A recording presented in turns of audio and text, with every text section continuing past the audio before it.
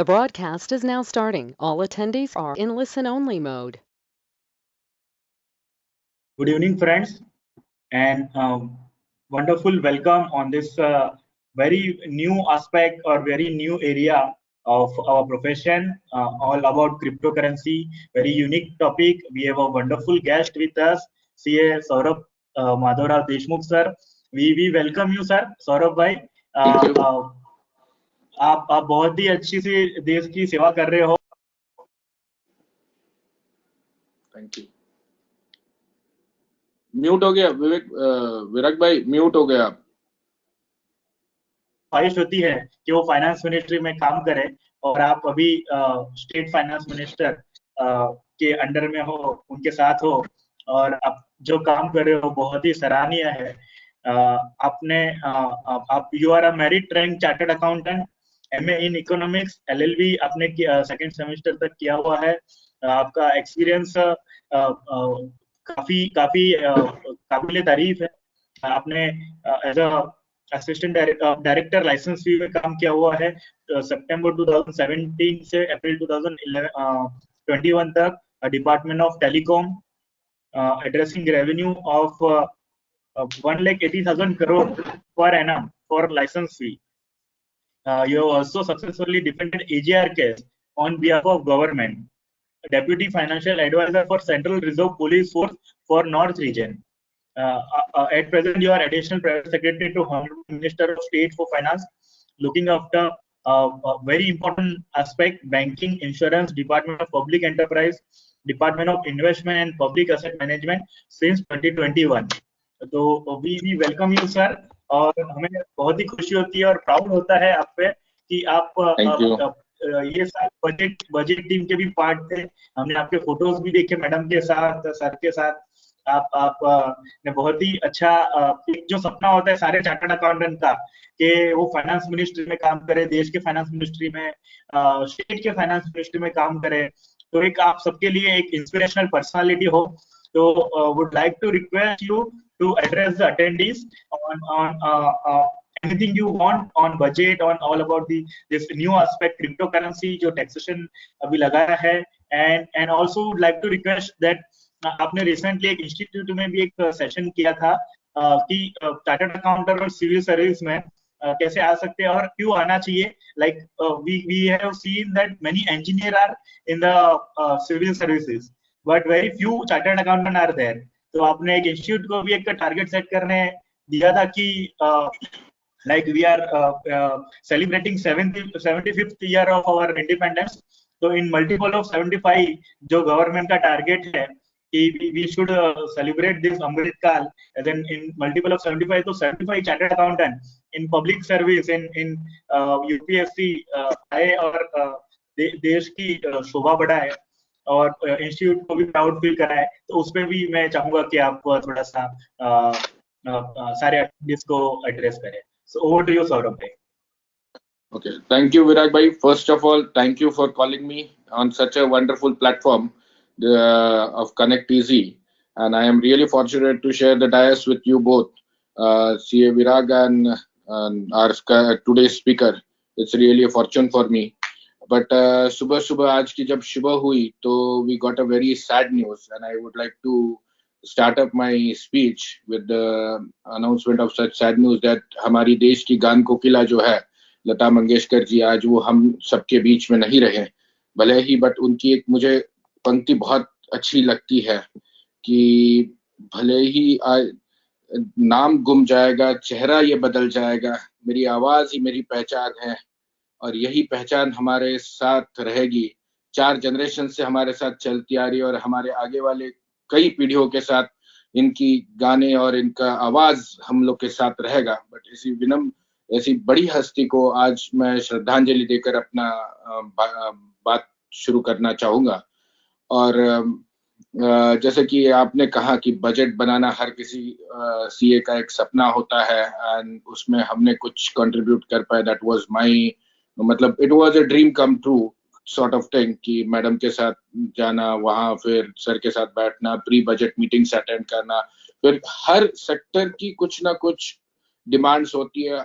देखो we cannot satisfy everybody at a time, but every sector को सुनना, उनकी जो कोर डिमांड्स है उनको बजट में इनकॉर्पोरेट करना। जैसे कि सबसे कोर डिमांड इस टाइम थी ईसीजीएलएस की, हॉस्पिटैलिटी सेक्टर की, क्योंकि जो भले ही ईसीजीएलएस 1.2 2.2 आ गया, 2.0 1.0 आ गया था, but there were not sector specific for the sector which has lost maximum in this COVID era, like the hospitality sector, the touch incentive sectors, जो contact intensive sectors जो हम कहते हैं, उनके साथ आई रिमेम्बर जब हम लोगों ने मीटिंग किया था सर के साथ, तो दे वर वेरी फ्रस्ट्रेटेड कि sir we need something, and इसी का नतीजा आया कि उनके लिए स्पेसिफिकली ईसीजीएलएस लाया है 20% extra with government guarantee of 50,000 crores, and it's not a small thing, it's a government guarantee of 50,000 crores कि उनको इतना liberal credit policies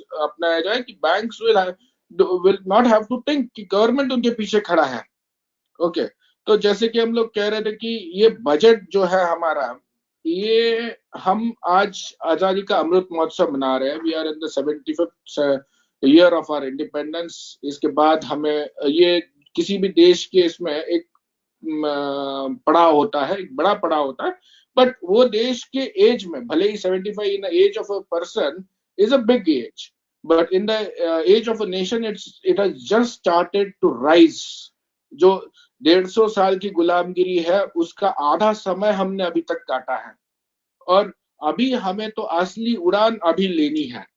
तो ये 75 साल से लेके 100 साल जो हमारा होगा, जिसको हम कहते हैं अमृत काल, ओके अमृत काल, ये देश का अमृत काल होगा, और इसके लिए जो हमें तैयारी चाहिए, इसके लिए जो हमें करना है, ये नींव ये बजट रखता है। मे नॉट भी इसमें बहुत तत्कालीन फायदे होंगे, जैसे आपको बहुत लोगों की उम्मीदें थी कि इनकम टैक्स का स्लैब बढ़ाया जाएगा या डिडक्शंस में कुछ राहत मिल सकती है। आई एग्री कि वो सब हो नहीं पाया है, बट आप अदर साइड भी देखिए इस बजट का कि जब कोरोना में हमारे पास रेवेन्यूज का भी, सरकार है, सरकार चलाना है तो पैसा आना चाहिए, तभी तो बांटा जाएगा। We give free food, we give ECGLS, we give multiple schemes जिसमें outlay was huge, inflow was limited. GST तो जून 2020 में GST was almost negligible, okay तो ये सॉरी मई 2020 में जीएसटी वाज ऑलमोस्ट नेग्लिजिबल। तो ये सब होने के बावजूद भी एक भी नया पैसा टैक्सेशन नहीं लगाया सरकार ने। Sarkar has not come up with any of the new tax. Okay I agree कि उसमें मिडिल क्लास को ये थोड़ी उम्मीदें थी कि इनकम टैक्स से कुछ होगा, बट मिडिल क्लास एक होमोजेनियस ग्रुप नहीं है, इट्स अ डाइवर्ज ग्रुप। आप देखेंगे कि कई सारी स्कीम्स मिडिल क्लास के लिए है, और जो may not be directly benefiting but indirectly in form of, जैसे हर घर योजना है। ये घर किसके घर है? अदानी अंबानी के घर थोड़ी है, ये तो हमारे मिडिल क्लास के घर है, जिनके घर में हर घर नल जाएगा, हर गांव में नल पानी मिलेगा, साफ क्लीन ड्रिंकिंग वाटर है। जैसे हेल्थ सेक्टर के लिए बजट बढ़ा है, तो ये किसका बजट है? ये भी मिडिल क्लास का बजट है। हाउसिंग फॉर ऑल कहते हैं, उसमें हमने 48,000 करोड़ दिए हैं। ये किसके लिए घर बनेंगे? ये भी तो middle and lower middle class के लिए बनेंगे। एवरीबडी विल हैव एन से इन दैट। अब हमें एक और चीज इसमें देखनी है कि ये जो 25 साल का, नेक्स्ट 25 साल का बजट है, इसमें हमने बहुत ज्यादा फोकस दिया इंफ्रास्ट्रक्चर पे।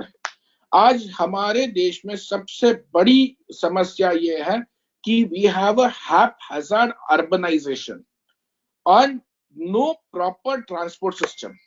और ये आप लोग भी मानेंगे, हम सब मानते हैं, जो भी मेट्रोज में रहते हैं, जैसे विराग भाई मुंबई में रहते हैं, इनको भी बहुत इसमें प्रॉब्लम है। तो ये जो बजट है, ये हमारे इंडियन सिनारियोज को लेकर मल्टी मॉडल लॉजिस्टिक, जो गति शक्ति हमारा प्रोग्राम है, मल्टी मॉडल लॉजिस्टिक्स सिस्टम्स है या कार्गो टर्मिनल्स है, यूनिफाइड लॉजिस्टिक सिस्टम्स है, इसको इंडियननेस देके नया सिस्टम ऑफ ट्रांसपोर्ट बनाएंगे, मास रैपिड ट्रांसपोर्ट, जिसमें गुड्स और पर्सन्स दोनों भी इजीली, आसानी से, इन अ फास्टर वे ट्रांसपोर्ट हो पाएंगे। और जैसे कल हमारा एक और ये हुआ था, जिसमें गडकरी साहब ने कहा था कि यूरोप में कोई भी लॉजिस्टिक कॉस्ट होता है, कोई भी सामान जब ट्रांसपोर्ट होता है, तो logistic cost is around 10 to 12%, और इंडिया में वही 16 to 18% है। जब ये हमारे multi modal terminal, logistic terminals, cargo terminals, unified mass rapid transport systems आएंगे, तो ये भी हमारा 10% आएगा। विद इन, आज नहीं, but with in 5 years we will be able to make a considerable saving in the cost of goods, and thereby यही फायदा कहाँ जाएगा? ये तो मिडिल क्लास के ही पॉकेट्स में जाएगा। When they get goods for lesser amount, they will be able to save the money. Income tax से बचे या पैसा कॉस्ट में बचे, the money is given back to the pockets of the common man. फिर हम लोग अभी आ रहे हैं कि जो पोल्यूशन की प्रॉब्लम है हमारे पास, बहुत ज्यादा पोल्यूशन है दिल्ली, तो we are having lot of issues. तो ये जो हमारे clean energy, green energy sovereign bonds आ रहे हैं, जो भी हम प्रोडक्ट लिंक इंसेंटिव अभी दे रहे हैं हाई एफिशिएंट सोलर एनर्जी को, और हम 50,000 करोड़ इसमें दे रहे हैं, तो इसका फायदा किसको होगा? क्लीन एयर किसको मिलेगी? Everybody will, it's for the common good, it's not for individual और it's not for businessman, it's for everybody. फिर जैसे हमारे बैटरी स्वैपिंग पॉलिसी से हमारी बहुत सारी इलेक्ट्रिक कार्स के ऊपर चल सकते हैं, ये सुविधा किसकी होगी? This would be for the middle class only who uses the car. Okay, फिर हम लोग ease of doing business combined with the ease of living, ये हम लोग ले आ रहे हैं। Ease of doing business combined with, it's a very important concept कि बिजनेस भी एक तरफ ईजिंग है, एंड जो कॉमन मैन की जो रोज अपनी समस्याओं से जूझ रहा है, उसके लिए हम एक बढ़िया सा ईज ऑफ लिविंग भी ले आ रहे हैं कि उसका जीना आसान हो जाए। साथ ही साथ में वेरी सनराइज सेक्टर्स जैसे है, जैसे जिसके ऊपर अभी बहुत काम बाकी है, आपका 5G है, आर्टिफिशियल इंटेलिजेंस है, एनिमेशन, वीडियो ऑडियो क्रिएटिविट्स है, इसके ऊपर बहुत ज्यादा फोकस इस बजट में है। ओके, सो मेरे ख्याल से the budget is a very nice document, क्योंकि हम लोगों ने बनाया है इसलिए नहीं, even as a third party when we look into it, and it's a visionary document. Every fine, minute detail cannot be put in that document, which Madam reads out in 90 minutes. It was one of the shortest speech, budget shortest speech, क्योंकि पिछले time 2 घंटा चला था और madam की तबीयत उसमें खराब हो गई थी। तो it's a short, crisp, sweet, और इसके ऊपर this is a vision document wherein the government has set up a vision for 25 years, coming 25 years, और ये सब हम जैसे जो भी हमारे सब सुन रहे हैं दर्शक यार, यंग चार्टर्ड अकाउंटेंट्स, इन सबके भविष्य के लिए है। And it is not only government will have to work, we all will have to contribute in it, इसकी इम्प्लीमेंटेशन में, इसकी ये ताकि सही से चले, इसका maximum benefit to the maximum हो, इसका अंत्योदय जो हमारा सबसे गरीब से गरीब बंदा होता है उस तक इसके बेनिफिट्स पहुंचे, इसकी जिम्मेदारी हम सबकी है। It is not only government, वहां से 10 अधिकारी बैठ के इसको देखेंगे और ये चलता रहेगा। It is, we all are in the participative mode, और इसके ऊपर जो भी सजेशंस होंगे, we as a chartered accountant should come with the innovative suggestions to give it. अब let me come to the today's topic. The major is the taxation of the cryptocurrency.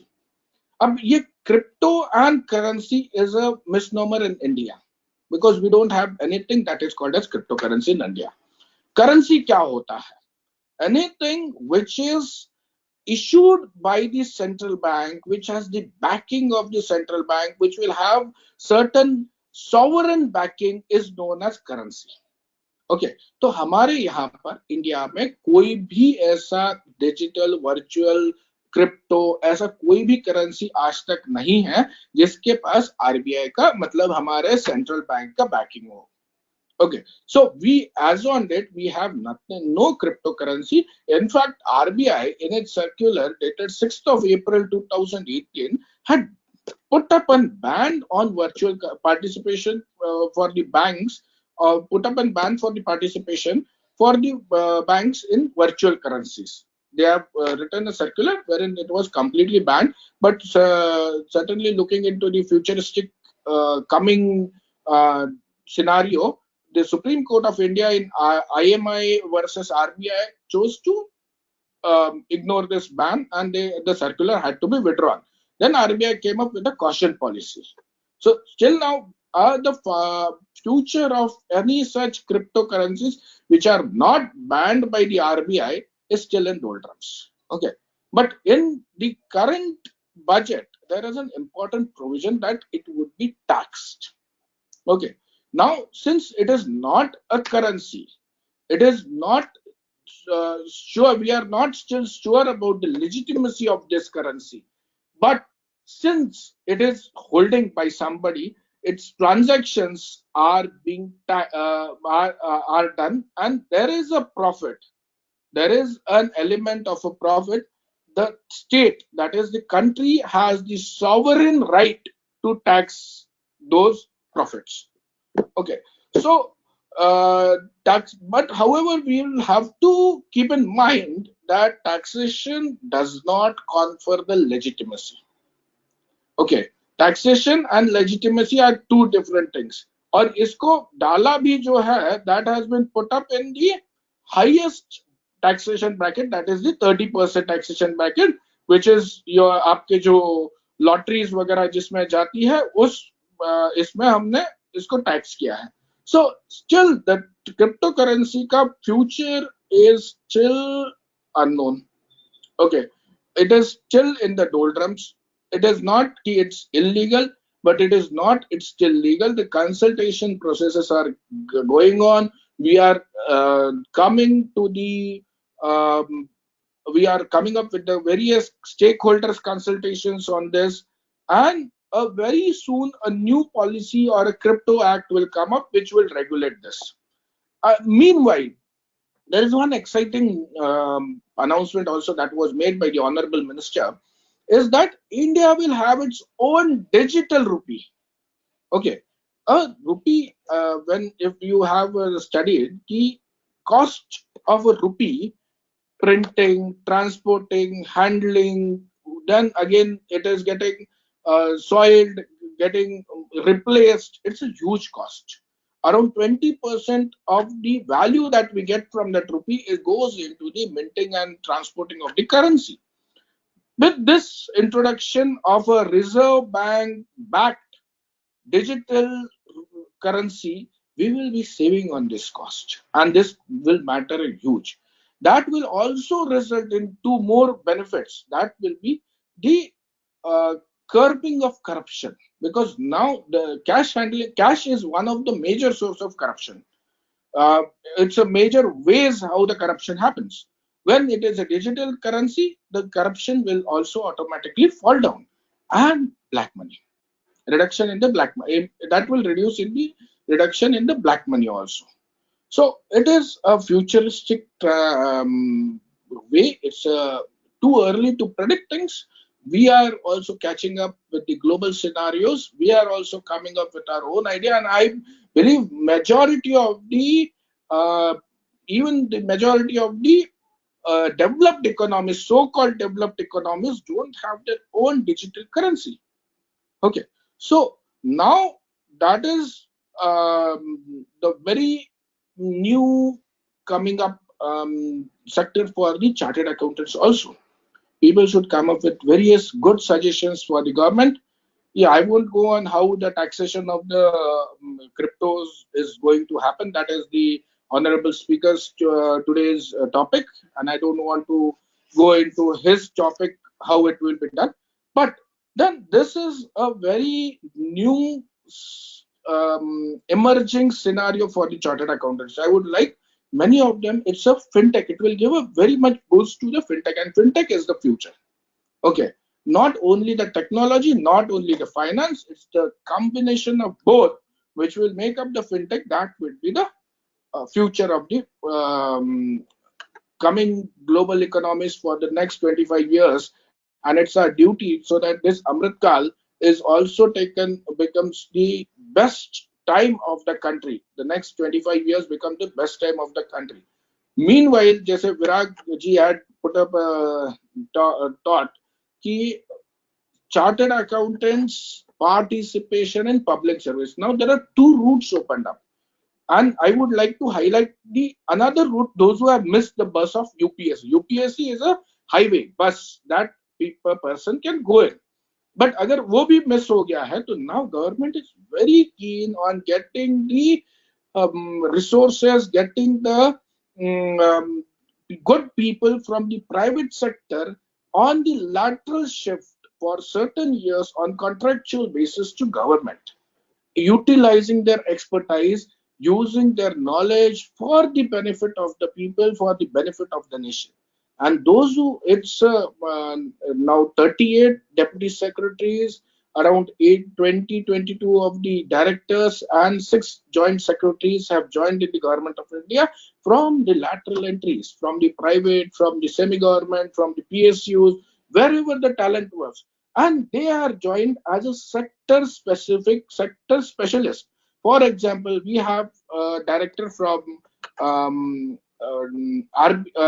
we have a person from RBI who is looking after the banking and government of India, who from the insurance companies who is looking after the insurance. So it will be a proper combination of a generalist like the civil servants who have cleared the UPSC and have worked in various departments and have a broader understanding of the things. They don't look into only a sector specific, but have a wider understanding of the things. And those who have come from the sector have become the sector specialists. So my urge is that ICAI should train few good chartered accountants who are sector specific, who are expert, having the expert domain knowledge to be a part of the competitive process of the government of India to be inducted on the lateral entry. And also, the couple of days before, me and the honorable minister, our honorable minister was the chief guest for the ICS annual day program, where we could see very bright brains, the merit holders of chartered accountants, those who have been working hard and have got a good knowledge of finance. I also urge some of them, those who have their own dreams, they can chase it, but those who have a scope of rethinking of their dreams, they can come to the civil services. कभी कभी क्या होता है कि civil services success ratio is very low. I agree, it's less than 0.01%, but civil services का गधा भी बाहर के मैदान में घोड़े जैसे दौड़ता है, because he is getting a wider perspective of the things. Okay. Just for कि I also had suggested कि उसमें हमने कि थोड़ा सा civics part, थोड़ा सा the how the government runs, how the ministries run, how the finance things run, उसका एक थोड़ा सा part हमारे syllabus में add up हो जाए. And that was the suggestion we also gave it to the ICAI from the members in public service, chartered accountants and public service committee. Because what happens is a very well qualified chartered accountant don't understand what is the MOS, Minister of State for Finance. They feel that we are a minister who work for the Maharashtra or work for the Andhra, work for Telangana. They don't understand what is the difference between a union minister and a state minister, or cabinet minister and a minister of state. And that's the very basic thing that we need to understand. Okay, so वो एक हमने suggestion दिया है, and maybe Virag, I would also suggest Virag, till the ICAI incorporates in their policy or you may also start up on certain these things, giving his spouse is also a civil servant and an IRS officer. Start also calling non-chartered accountants from the government, but who are in the system and who can explain how the system works, how is the system to the chartered accountants. And I know all of you might be very eager to hear the taxation, and I am just going out of the haywire, the taxation of cryptos, because many of them would have a good holding of cryptos also. And so I won't take much of the time. But since Virag has touched on this, Virag Bhai had touched on this topic, I thought I would also speak a few words on this topic. And that's so I'm once again very thankful for the Connect Easy to call me, and I am eager to hear now the speaker of for today on the taxation and the intricacies of the taxation of the cryptocurrencies. Thank you. Jai Hind. Thank you so much Saurabh भाई. आप बहुत ही topic relevant ही था सारा. जो एक आप inspirational personality हो, उसी के बारे में हमें भी जानना था कि आप इतने अच्छे से देश की जो सेवा कर रहे हो इतने सालों से, तो हम भी कैसे, या हमारे यंग चार्टर्ड अकाउंटेंट कैसे जुड़ सकते हैं? यूपीएससी एक वन ऑफ द माध्यम है कि यूपीएससी के द्वारा जुड़ सकते हैं। लेकिन अगर वो मिस कर दिया, तो आपने वो भी बताया कि as a private entry, private sector से भी अभी कैसे डायरेक्ट एंट्री, लेटरल एंट्री के द्वारा भी एक मौका है। सो बहुत सारे chartered accountant, experience chartered accountant भी इसी को सुन रहे होंगे कि उनके लिए भी एक मौका है। तो thank you so much Saurabh भाई, सारे पॉइंट्स पे और बजट पे जैसे आपने सारा एक ओवरव्यू दिया, जो आपने एक बहुत ही अच्छे से एक्सपीरियंस किया है प्री बजट मीटिंग से लेके पूरा बजट बनाने तक का, वो आपने एक जो जर्नी शेयर की, तो हमें भी एक बहुत ही प्राउड फीलिंग होता है। मैं यही कहना चाहूंगा कि आप इसी तरह देश की सेवा करते रहिए, और सारे चार्टर्ड अकाउंटेंट फैटर्निटी को आप पे बहुत ही गर्व है, और ऐसे ही और गर्व होता रहेगा हमेशा के लिए। Thank you so much Saurabh भाई, आप बहुत ही शॉर्ट नोटिस पे हमारे पास पधारे। हमें भी ये टॉपिक की हॉट टॉपिक था, तो हमें करना था, और हमने आपको रिक्वेस्ट किया, आपने हमारी रिक्वेस्ट को बहुत ही अच्छे से एक्सेप्ट किया विदाउट एनी हेजिटेंट कि आज बजट के बाद फर्स्ट संडे है, बजट में जैसे बहुत ही हेक्टिक रहता है, उसके बाद भी आपने ये एक्सेप्ट किया, हम आपके बहुत ही शुक्रगुजार हैं। Thank you so much Saurabh भाई।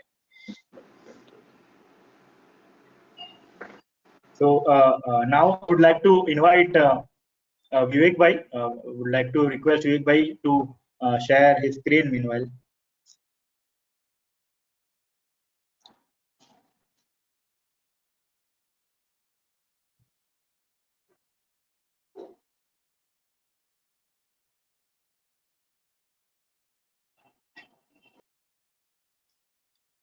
So Saurabh, you touched on a very good point, which said that taxation ka part I will leave for the speaker. So, but my point is that you are the one who was the brain behind, one of the brains behind the budget, and in that case, I think your inputs were really very well appreciated, and I think all of us would be looking forward to listening to you more than listening to any one of us else, because you are the one who who has actually decided how to get cryptos taxed, and one of the very good points that Sir. Virag bhai, am I clearly visible, audible, and is my screen visible too? Yes. So before you start, would like to introduce you. Vivek bhai is a practicing chartered accountant from Mumbai. At present, he is taking the session from Dubai. He also want to share his knowledge before all the attendees at the earliest, because it is a very hot topic and everyone want to know about the crypto. So he is taking the session from Dubai. He has a specialization in information system audit and forensic audit. Prior to starting his practice, he had worked at Deloitte, so we can say he's a product of Big Four. Currently, his client range from startups to public limited companies listed on stock exchanges. His clients are spread across various sectors such as real estate, infra, gems and jewelry, investment banking, and many more. He has addressed businessmen, professional students, banker, CBI officer, and bureaucrats of various ministries of the Indian government at multiple organizations across the country. He has been selected as an international speaker by the ICAI for UAE. So with this brief introduction, we welcome you, Vivek bhai, and all the entire stage is yours. Basically, in virtual, we can say a virtual screen is all yours. So over to you, Vivek bhai. Thank you very much, Virag bhai. It's always a pleasure to be connected with Connect Easy. You are doing a fantastic job of educating and spreading knowledge across the world through your webinars. I also want to thank Saurabh bhai for his valuable inputs. I think we need a visionary budget like this, which is going to target 25 years. It's not about whether tax slab आपने बढ़ाया कि नहीं बढ़ाया, आपने 80C में exemption limit बढ़ाई कि नहीं बढ़ाई, but it's about the vision. It's the thought process which goes in creating a remarkable impact on the citizens of the country is what matters. So as we begin our topic for today, I'm going to be touching some of the top points, and then we will have the second speaker who will be talking about the taxation aspects as well. So I always believe that whatever we do, it has to benefit our nation some way or the other, and I strongly believe that this session in the morning on a Sunday morning, if you have decided to come and attend, you have come here to gain something out of it. I will try my best to give the maximum to each and every participant present over here. So as I always say, nation comes first, forever and always. there is no compromise about it. And as far as cryptocurrencies are concerned, if I could just sum up in just one line before we go to the presentation, and very specifically for Saurabh bhai, is that cryptocurrencies are actually a national security threat more than anything else. It's not a taxation threat or a legal threat. It is a national security threat. Probably given a chance, I would come and personally explain to you what is happening, how is it happening. But today, let's understand what are cryptos, what are the taxation and legal aspects of it. So first and foremost, when we talk about the tax and legal aspects, these are absolutely two different aspects. When we talk about taxation aspects, as Sir rightly mentioned in his opening remarks as a keynote speaker also, that this does not legitimize the holding, trading, or otherwise dealing with any form of cryptocurrencies. And even Madam Speaker, the Honorable Finance Minister of the Government of India, has clarified that it is her prerogative only to tax if there is an income. As far as the legality aspects of it are concerned, there are public consultations which are going on, and it's a due process of law. Various stakeholders will be invited, various stakeholders will put forward their opinion, and then a law will be introduced, hopefully sooner than later. I will give you, and just to share a perspective, I want to share one example of legality and illegality. So when we talk about taxing cryptocurrency transactions or taxing crypto transactions, we are talking about the income aspect of it. We are not talking about the legal or the illegality of the matter. In order to support this argument, I will give you one very fine example. All of us over here would have heard about certain narcotic substances such as weed and marijuana. When we talk about weed and marijuana, these substances are legal in the state of California in the United States of America. So consumption, possession, and sale of weed and marijuana, of course subject to certain restrictions, are legal in the state of California in the United States of America. Now, when we talk about consumption, possession, or trading of weed or marijuana in India, it is an illegal activity under the NDPS Act. And of course, most of us over here would be aware about the fact that there was a lot of media coverage given to certain sections of the society who are indulging in such illegal acts in India. So that is about legality and illegality. As far as India is concerned, till now, there is no clarification on whether it is legal or whether it is illegal to hold cryptocurrencies. Just to share again a thought process of what the government probably has been thinking is that back in the days in 2016 or 2017, the then Honorable Finance Minister, late Shri Arun Jaitley ji, on the floor of the House after the budget speech said that India does not consider cryptocurrency as a legal tender. However, India will explore ways to get the benefit of blockchain as a technology. So that was one of the directions which was set back in 2017. Then, as Saurabh also mentioned about the circular of 2018, that circular was stayed by the Honorable Supreme Court in its own wisdom in December 2020, which said that banks should be allowed to facilitate cryptocurrency related transactions. Now, what exactly are cryptocurrencies? What exactly are cryptocurrencies? So they are a digital currency, they're a virtual asset. They are when we say it's a digital currency, does it actually possess the qualities, or does it actually possess the characteristics of any form of currency? I don't think so. In my personal opinion, I don't think cryptocurrencies are actually a currency. I think a better word to use is cryptos rather than calling it a currency, because for the ones who are not very well informed, they may think that it is a legal tender because it's a currency. Now, anyone and everyone can start their own cryptocurrency. As of now, there is no clarity in India, but in certain other countries, you are allowed. You are allowed to start your own currency. You are allowed to get a sovereign right. As Saurabh also mentioned, that issuing a cryptocurrency is a sovereign function. वो देश का एक right है. Not anyone and everyone can start creating their own currencies. So there are certain jurisdictions where it is allowed. As of now, in India, there is no clarity, but there are countries where it is allowed. You can start your own cryptocurrency. Anyone can start their own cryptocurrency. I'm just sharing a perspective, on a lighter note.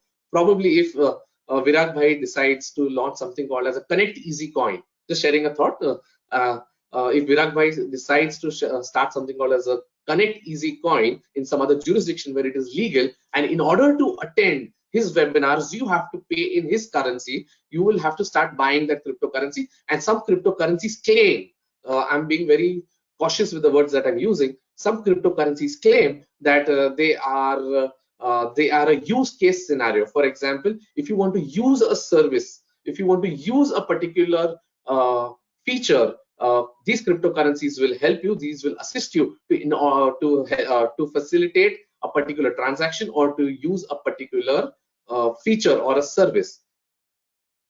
Let's look at certain cryptocurrencies of Indian companies. Some companies which we may have heard of, which you are aware of. They have also launched their cryptocurrencies, of course not in India, because there's no clarity on the matter. It's still a gray area. So a company called as Drive Easy, it's a Bangalore-based company, Indian company. They went to Singapore.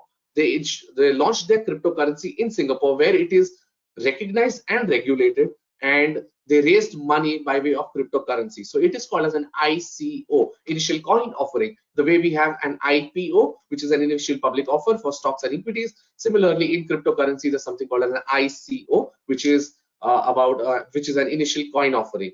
So now this is about sharing. Again, I'm sharing a perspective. In India, it is not recognized as a legal tender. That's one. Two, in India, it is not regulated either. But there are countries where it is a legal tender. For example, El Salvador, where you can actually pay your tax in bitcoins. Their currency was quite unstable, and they were heavily dependent on other foreign currencies, and they had depleting reserves. So what they did is they legalized it as a legal tender, and you can probably now even pay taxes. You can pay government fees in bitcoins over there. Now, as far as other countries are concerned, in some countries they are regulated. In most countries where it is regulated, it is taxed. In some countries, you're allowed to create your own cryptocurrency. There are licenses issued, and as far as India is concerned, there is no clarity on the matter. So, and in the most likely scenario, I'm no authority to mention this, but if wisdom prevails, in the most likely scenario, it will not be considered as a legal tender, and it should not be considered. It should not be allowed as a currency in the country. When we talk about the regulatory authority, so as far as regulatory authority is concerned, for all currency related transactions, we have one central authority, which is the Reserve Bank of India, which regulates all currency issuing processes. It is not the government of India which issues any currency or which regulates the currency. It is the RBI, which in consultation with the government of India regulates our rupee. When we talk about cryptocurrencies, is there any regulatory authority? And the answer is no. When we talk about stocks, when we talk about mutual funds, when we talk about bonds, is there any regulatory authority which regulates them? So yes, we have the SEBI. When we talk about exchanges, is there a regulatory authority? Yes, we have the SEBI. Now, as things have turned out, right from 2016 or 2017, ever since the words cryptocurrency became a little prominent, people started hearing about cryptocurrency somewhere in 16, when it was $800, went up to $20,000, came down to $3,000, went up to $60,000, came down to 40, came down to 30, went to 50, came to 30. $30,000 is about the price of Bitcoin. This is a brief history of Bitcoin that I just wanted to explain in less than 20 seconds. So when we talk about a regulatory authority, who regulates these transactions in India? So it is really unfortunate to say that none of these transactions are regulated in India. As far as currencies are concerned, the RBI does not recognize us as a currency, does not recognize crypto as a currency, and hence the RBI does not regulate them. When we talk about SEBI, SEBI says that this is not a security, nor is this a commodity. Hence, SEBI has also refused to regulate them.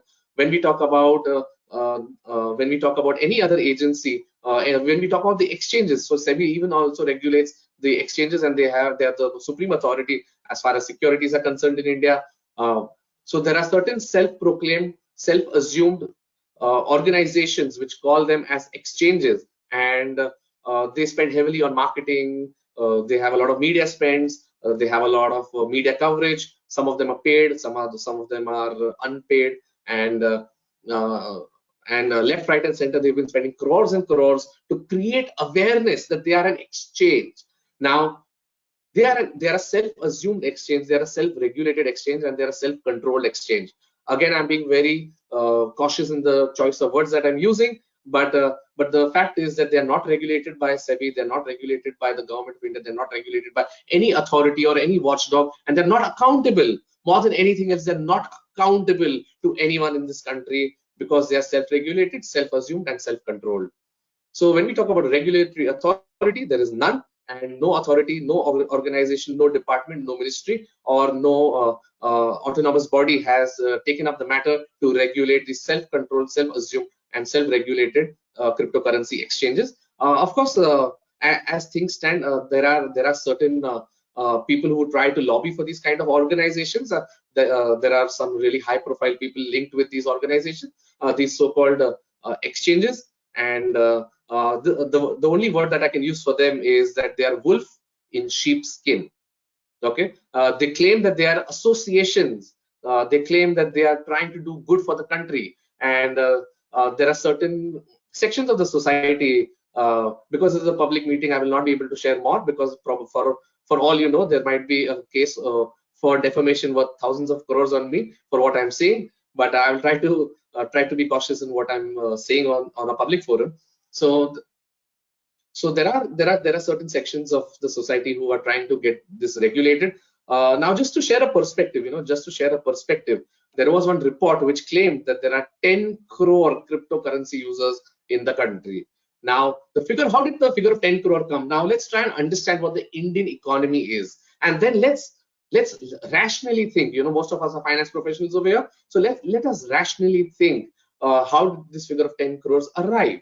Now, there was an unverified report which was published by some Western media, which said that they think there are 10 crore crypto users in India. They think. Now, there is no credible information about it. So they thought there are 10 crore users of cryptocurrency in India, and because it was Western media, some vested interests in India in the media started amplifying it by retweeting the same report. Now, when they started retweeting it, it started creating awareness, and using the propaganda machinery or the propaganda mechanism, this was also picked up by mainstream media. And then ऐसा कहा जाता है, अगर आप एक झूठ को 100 बार बोलोगे तो लोगों को लगेगा कि वो सच है. That is precisely how the figure of 10 crore cryptocurrency users came out. Now, we are India as a country. Shares and the stock markets have been there in the country and regulated since decades. And even after that, we have only 2 to 3 crore demat accounts in India. We are a country where there are only 6 crore income tax returns are filed, or maybe plus minus 10%. And we are a country where there are less than 3 crore taxpayers. And is it practically possible to have 10 crore cryptocurrency users where we do not have so many taxpayers? So my words of appreciation for the government of India, that they have at least now decided to tax cryptocurrency transactions. So now, of course, so if the figure of 10 crore was actually true, let us see if the number of tax returns filed increases in the next assessment year or not. So that is about regulatory authorities. Now we go to the next point, which is fluctuation. As far as fluctuation is concerned, cryptocurrencies are highly risky to trade in, and globally it is said that there are 10 or 11 people who control the entire crypto market, and they're extremely rich, powerful, connected. They manage the media, they change the opinion of a lot of people. So one fine day, if one billionaire and one entrepreneur decides to say that, I'm going to sell my cars in bitcoins, the price of bitcoin increases from $40,000 to $60,000. One fine day when he wakes up, he tweets that now my company is not going to sell any electric cars for bitcoins, and then the price crashes from $60,000 to $30,000. One fine day, he says that I am the Doge father, and the price of Dogecoin increases 10x over a period of time. So there are 10 or 11 such global influencers or people who control the entire crypto market. And as we speak today, there are somewhere close to 8,000 cryptocurrencies. Until a couple of months ago, there were just 4,000 cryptocurrencies. Now the number has increased to 8,000 cryptocurrencies. And as I said, anyone can assume to be, can flow their own cryptocurrency, and they can assume the right to be the sovereign. So as I said, it's as I always have believed that currency is a sovereign function. It is not a function that anyone and everyone can have. Cryptocurrency is actually trying to decentralize that and is trying to give the right of being a nation, or the sovereign right to issue a currency in the hands of anyone and everyone. And though technology is like a double-edged sword, there are some good use case scenarios of cryptocurrencies. There are some good use case scenarios of blockchain as a technology, but giving a sovereign right to anyone and everyone could land up a lot of people in trouble. So if it is a sovereign right, I think it's best if nations have the sovereign right. And of course, now since we talk about people getting the sovereign right, I think we're looking at a change. We are looking at a structural change in the society. We're looking at a structural change in the world as we talk.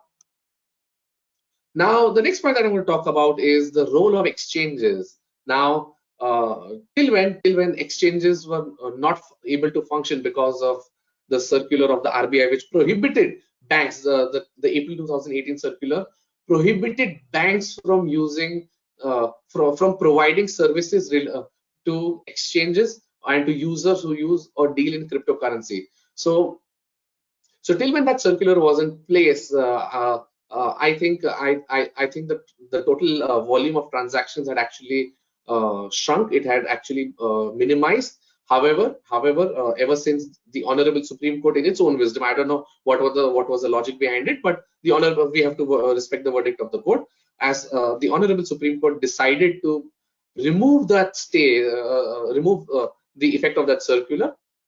Exchanges have been using influencer marketing. Exchanges have been giving ads. Crypto sahi hai, just the way mutual fund sahi hai. The so-called self-assumed, self-controlled, self-regulated exchanges have started giving advertisements saying future yahi hai, crypto sahi hai. They also say that crypto mein paisa daloge to aapka paisa multiply hota hai. There are people who get paid. Of course, they're influencers, brand influencers. They get paid and they come on YouTube channels, which are again not regulated by the INB ministry as we speak right now. So they come on these their own YouTube channels, and then they say that had you put money in fixed deposits, you would have got only 6% per annum. In crypto, you can earn 6% per day. Why do you want to put money in fixed deposits? There are some other set of influencers who come and say, a lot of them are also on Instagram and on LinkedIn, who come and say that had you put money in fixed deposits in banks such as the PMC, you would have lost your money. Park your money, use my coupon code, buy this cryptocurrency, go on this exchange. Please go and put money in cryptocurrency, because cryptocurrency sahi hai, cryptocurrency is the future, and cryptocurrency hi aapko paisa kama ke degi. So now a lot of uninformed people, a lot of people who are not aware about the risks, they use these coupon codes, they go on these exchanges, because in return, of course, these influencers get paid. That is why they do this. So these exchanges have been using direct marketing, indirect marketing, influencer marketing. So till when there is no control, till when that is also not regulated, I think a lot of people stand to lose money. A lot of hardworking Indians, a lot of people who have put in real efforts to earn money, they are at the risk and at the mercy of certain predators or certain financial vultures, if I may use the word. They stand to lose money, and I think the government, in its own wisdom, may take steps in the near future for it as well. The next point is, are they regulated? So the answer is no, they're not regulated, as quite evidently as discussed right now, deliberated right now. They're not regulated right now, but soon they should be regulated.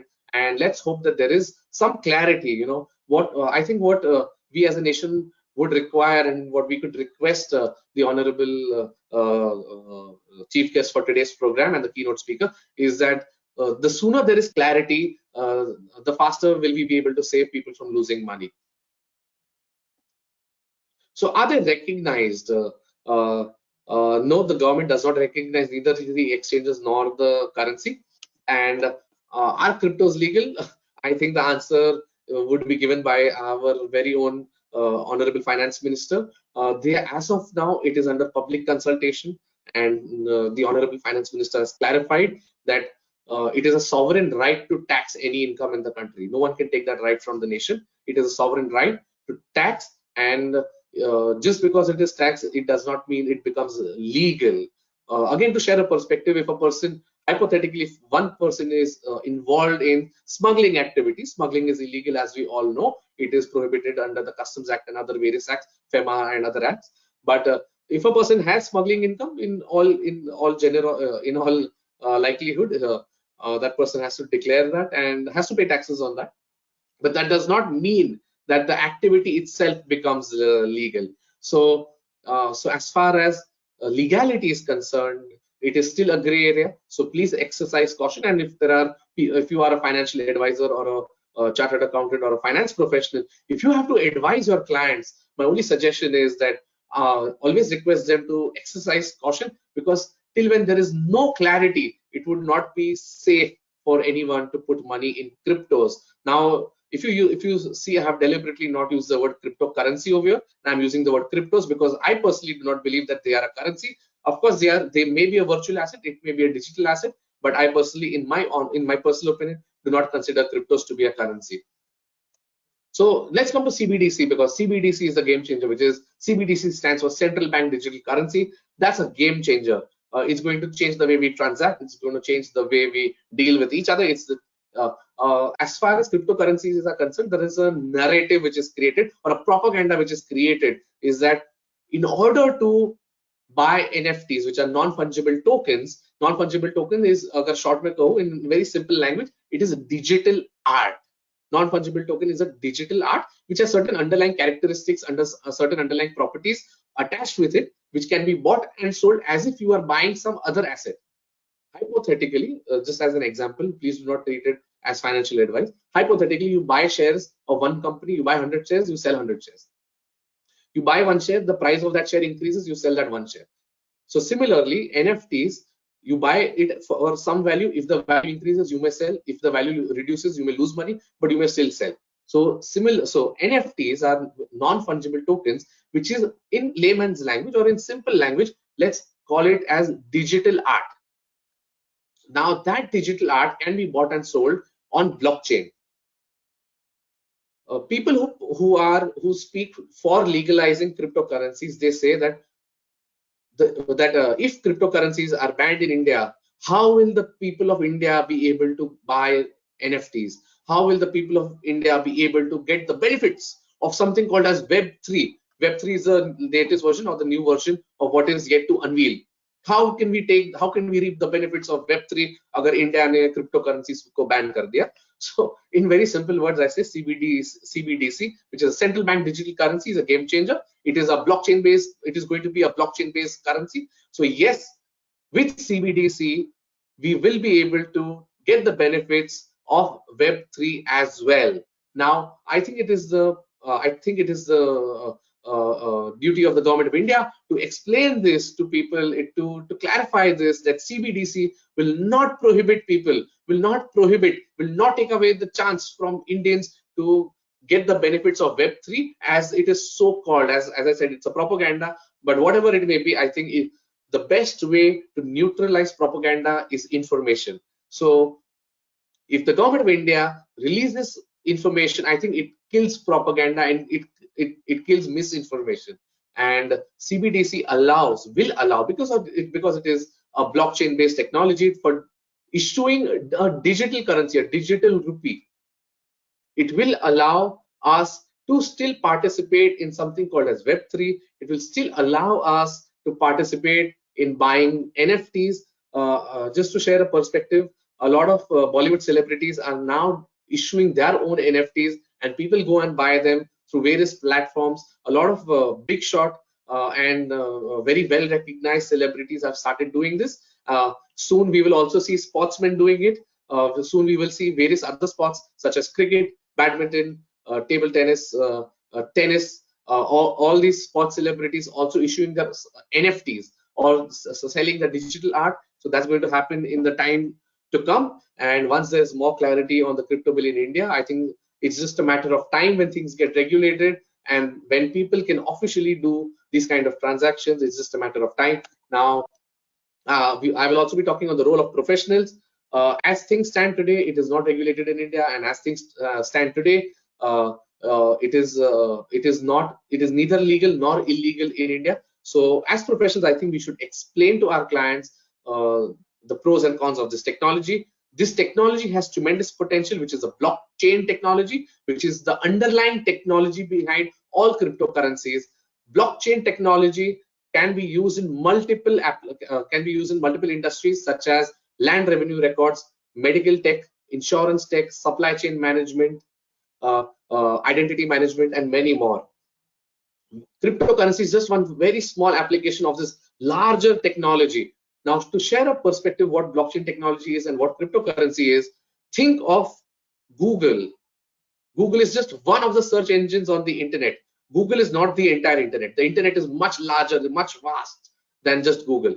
Cryptocurrencies are just like one applications, like what Google is, whereas blockchain technology is much larger than cryptocurrency. एक बहुत छोटा सा part है cryptocurrency, whereas blockchain technology has tremendous potential to reform the country, to transform the country, and as Saurabh ji also mentioned, ease of living and ease of business. I think blockchain technology will, in the most likely scenario, be able to deliver that in this country. When we talk about advisory and setting up businesses, so in India still it is still a gray area. So if people still want to set up businesses related to trading in cryptos, starting their own cryptos, there are other jurisdictions where it can be done, where it is being done. There are other countries which allow it. They officially give you a license to do such activities, but in India it is not allowed. So if anyone wants to set up a business related to cryptocurrency trading, it is best advised to do it in some other country where it is legally accepted, where it is regulated. Just to share a perspective, Singapore has regulated cryptocurrencies. So when we talk about Singapore, you can also float your own cryptocurrency in Singapore. Drive Easy, an Indian company, Bangalore-based company, has done that in Singapore. It is a use case scenario, and it is one of the best examples. And as far as trading is concerned, there are many other countries where cryptocurrency transactions and trading are still not taxed. So people who do not want to pay taxes can, but they want to get into this business, they can always go to other countries and do it. It's just that in India it is neither regulated, but now it is at least taxed. So if you want to stay in India and do these transactions, at least make sure that the government makes some money out of it. But in times to come, we will know whether it is legal or not. Now, the most important question, just as I'm about to sum up, is that is it a national security threat? So my answer to that is yes, it is a national security threat more than anything else, because somewhere in 2016 or 2017, when cryptos had started gaining traction, someone from Maharashtra ATS in their personal capacity asked me, is that why is it that the people that they were apprehending and they were catching, why is it that they were all getting paid in cryptocurrencies? Now, that was a time when, the price of cryptocurrency started rising from $800 to $20,000. So certain antisocial elements were getting paid to do certain antisocial activities in our country, and they were paid in cryptocurrency, which was over and above any scrutiny, or which was over and above any form of regulation, where the handlers from across the border were paying them in the form of cryptocurrencies. So I think it is more of a national security threat than anything else. Taxing is just a secondary aspect. Calling it legal or illegal, I think that's for the government of the day to decide. But just as an ordinary citizen, I think it is a national security threat. And with this, I would like to conclude. And to know more about me or about what I do, you can search for Vivek Shah and Company on Google. So over to you, Virag bhai. Thank you very much for listening to me on a Sunday morning. I hope I've been able to add value to all the listeners and all the viewers from across the world who've joined in. So thank you very much. With this, over to you, Virag bhai. Thank you so much, Vivek bhai, for the wonderful presentation. We are very thankful to you that on Sunday morning you spare your time to enlightening all the attendees, all of us. Thank you so much. Despite of you are on a business tour or professional tour in Dubai, you have taken your time and you have shared your knowledge. Before we move forward, there is a few questions in the question tab. I would like to ask on behalf of attendees. If GOI had given by taxing crypto at 30%, ED a free hand to harass the crypto investor by issuing notices under FEMA. There is one question from the participants. Actually, I do not understand the question. Can you please repeat? If government of India has taxed, had given by taxing crypto at 30%, ED a free hand to harass the crypto investor by issuing notices under FEMA. Yeah. So see, when we talk about Section 2 of FEMA and PMLA, they're absolutely clear that even if a single rupee or a dollar has to go out of the country, or it has to come in the country, it has to be through the RBI only. Now, when we talk about cryptocurrency transactions, these transactions are as of now not being reported to the RBI. For example, अगर आपको India से US पैसा भेजना है for studies, okay, so you have to fill Form A2 of the RBI. Go to your bank, get a certificate from a chartered accountant that there is no tax required to be deducted. You transfer money abroad, upload a Form 15 CAIIB on the income tax website, get it attested from a chartered accountant, and that's how money goes out of India. But when we talk about cryptocurrency, that is not happening. So is it a violation of FEMA? So yes, it is a violation of FEMA. There is no doubt about it. It is a clear violation of FEMA. Whether taxing it makes it legal, I don't think it makes it legal. So it is still a violation of FEMA. Right. One more question. Celebrities who are marketing for them are only doing for money, may not be even aware of the black side or its negative impact. I think it's just comment. Yes, well, that's true. That's true. So as I said, marketing as an activity is allowed. So if they're marketing, they may not even know what is the technology, which is the underlying technology behind the cryptocurrency. But if celebrities are marketing, I think India as a country generally buys whatever is marketed. So unless there is a regulation which governs that marketing of cryptocurrencies, I think they will be free and they will not be at any fault if they're marketing. Till when there is no law, I think they are free to do so. Right. So I think we have taken almost all the questions. Now I would like to welcome. Thank you so much, Vivek bhai, once again. Thank you very much. It's a wonderful session. I would like to now invite Abhishek bhai, who is our second speaker. Welcome, Abhishek bhai. You can now share your screen. Your wonderful session in the past also with Abhishek bhai on the same topic and on multiple other topics. He is a great personality and taken a multiple session on multiple topics on multiple forums. He is such a knowledgeable person on many topics and particularly on technology, one of his favorite topic. He is the founder of Naptol books as well. There are that using a chartered accountant and many business person. With this small introduction, we welcome you, Abhishek bhai. You can unmute yourself and you can take the proceeding ahead. The entire virtual screen is all yours, sir. Over to you, Abhishek bhai. Thank you, Vivek bhai, for calling me again. I have been coming to Connect Easy for last 1.5 years, and it has been a great approach towards getting the knowledge spread. Today we have two great speakers. One, Saurabh bhai, who is from the policy making side of the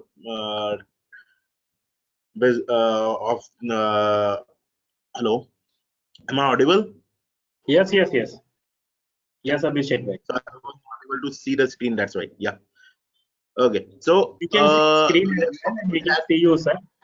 Just want to tell that you can see the screen and you, but now screen is not visible. So you can share your screen again, and you can make it in a slideshow mode. Can you see the screen now? Not yet.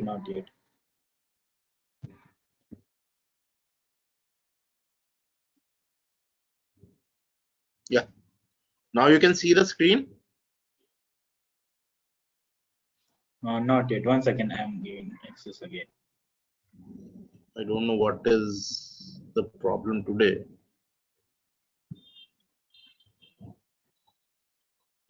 Now you can share, Abhishek bhai. Show my screen. Now you can see the screen, I guess. Not yet. Previously we can see, but now at present we are not able to see that.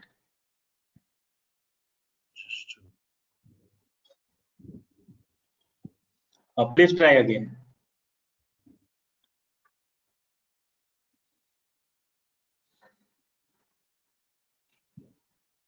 Okay, there may be some issue with the screen sharing. I will take this session as it is, because as such there is not many things which I need to deal with.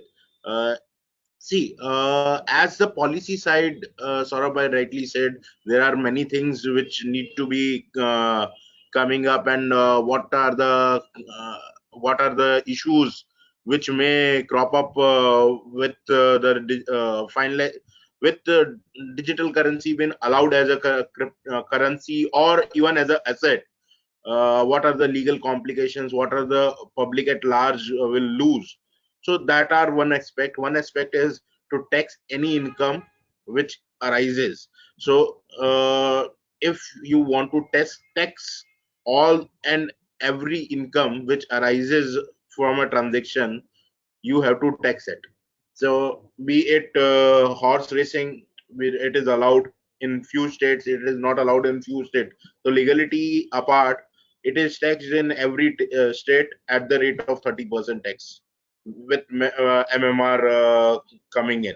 So on that concept, the intent here of the finance bill is to tax the crypto transactions, to have an income tax on crypto transactions. The gains which people are getting should not be windfall gains, and they should not be going away with the income tax provisions. So the first thing is if there is some tax, if there is some gain, or if there is some profit in buying and selling of cryptocurrencies, or anything else, be it gift, be it anything else. So in that case, there should be a specific regime of taxation where it should be taxed. Though this never says that it is a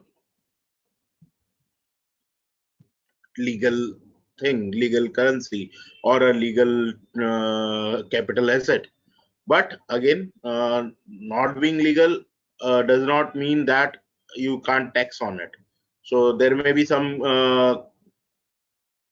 4, 5, 10 states which will say, okay, this is legal. 4, 5 states will say, okay, this is not legal, as happens in lottery as well as other horse races and everything.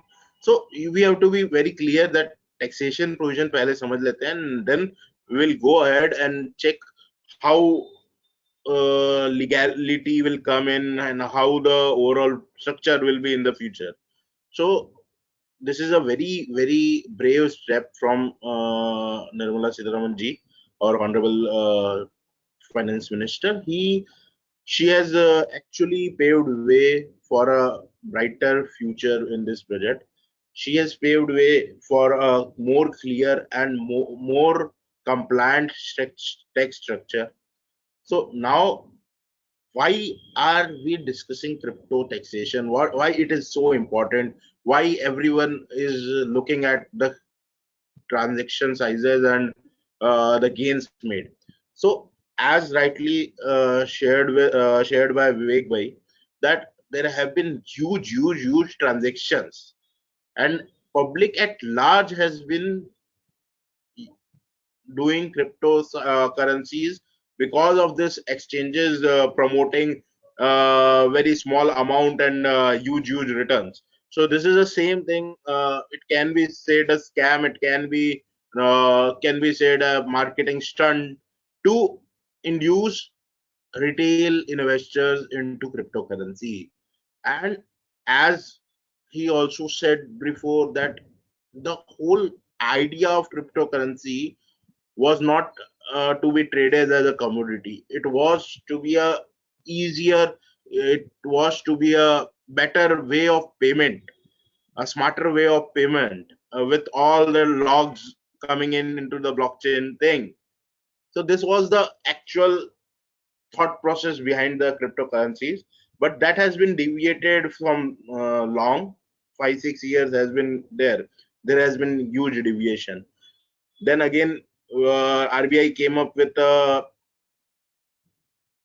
ban on providing services for any kind of crypto transactions to the bank, and that led to stop of trading of cryptocurrencies in India. As people were not able to do cryptocurrency trading in India, they were doing it from the some other way. Again, Supreme Court came up with a decision in March 20, and then all of the sudden, all the crypto exchanges were born again, and they were marketing like anything and started trading.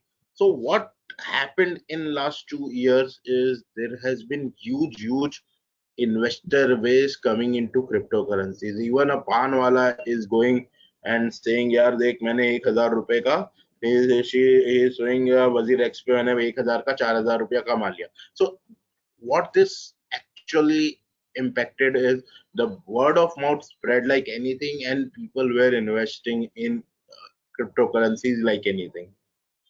So to safeguard this, there has to be few things which must be done.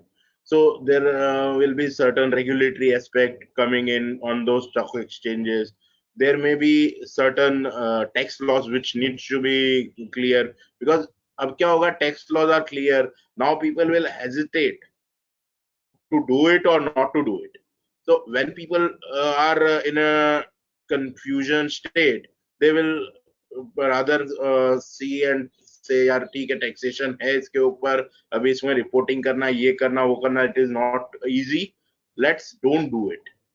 We will stay away from it, and few people will be doing it and will coming into the tax bracket. So now we want to understand taxation of cryptocurrency transaction. So there were around 40,000 crore transaction in a month's time in 2022. On an average, there were 40,000 crore crypto transactions happening, and a windfall gain of, for example, anything between 5,000 crore to 6,000 crore was happening every month. People were gaining it because the trend was the cryptocurrencies were booming. Now again, after a huge setback from November 2021 till now, the overall rates of all the cryptocurrencies has gone 40-45% down. So what happens is, because of this huge gains which people had made last year, now government says, क्या यार ये इतना सारा पैसा लोग कमा रहे हैं, इसके ऊपर टैक्स कौन करेगा? And tax तो चलो करना ही है, because income which has arisen has to be taxed. But now when there is a specific provision, there is a lot more clarity about कैसे taxation करना है, how will the transactions flow answered, and again we have to see whether the transactions which has happened have attained any gain or not. And so so it was very clear that taxation of this should be done. So now what rate taxation has to be done was important. So taxation के ऊपर काफी लोगों ने बोला था MMR होना चाहिए, and there is no clarity as of now. There is only clarity that it will be taxed at 30%. There is no clarity about what will be the surcharge, what will be the higher education cess on it. So there are a few areas which are open till now. It will be closed once the new tax laws come. They will notify rules and regulations for this. So अब हमने crypto transactions पे tax लगा दिया, but there was nothing about mining. There was nothing about ICOs. There was nothing about generating these cryptocurrencies. So यहाँ पे अभी वापस there is very much lack of clarity, I will say, that if someone from India comes tomorrow and makes his own cryptocurrency and gets it on the exchanges and so on. So how they will be taxed? What will be the criteria? How how are their currency being taken as? So those are the issues. There are many critical issues which are left. The only thing is that now, okay, taxation is there. So we will do the transaction and there will be taxation on it. So as we all know, there are many exchanges in India, and there has been huge pressure on those exchanges. From directly, government cannot interfere because there was no rules and regulations. But through ED, through other areas like FEMA rules or RBI's policies, they have been doing much compliances till now. But I won't say that their compliances were up to mark and the things were going in the right direction. As well as, if you have seen, the finance minister has said that they will provide an opportunity for the tax filers to rectify the returns within 2 years, to move towards trust relationship between the income tax department and the taxpayers. So while doing this trust regime, they needed to very much clearly understand that this 2 years, additional 2 years given, is for those incomes which has escaped taxation. And we also seen that there has been huge gung ho about the taxation of cryptocurrencies, and basically many tax consultants over the last 7 days, saying that you should book your crypto profits before 31st March. So that may not be the case. The government may not give you that leeway. Government will say that income is income.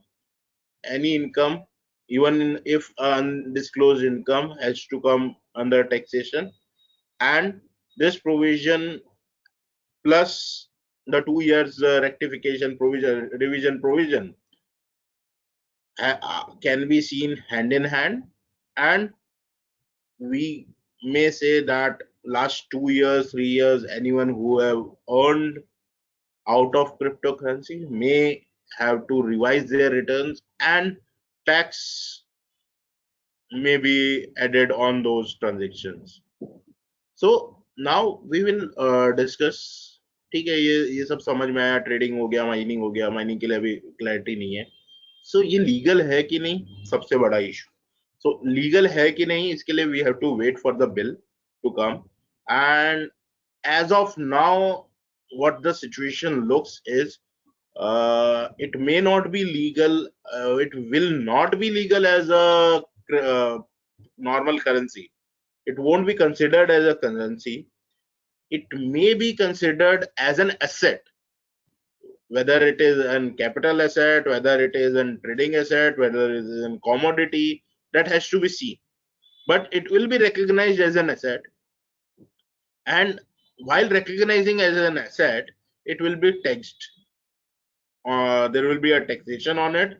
There will be certain measures which the government will take while forming a new policy for all the stock exchanges, for actually safeguarding the public interest who are investors in this small exchanges. So legality is a far way factor now.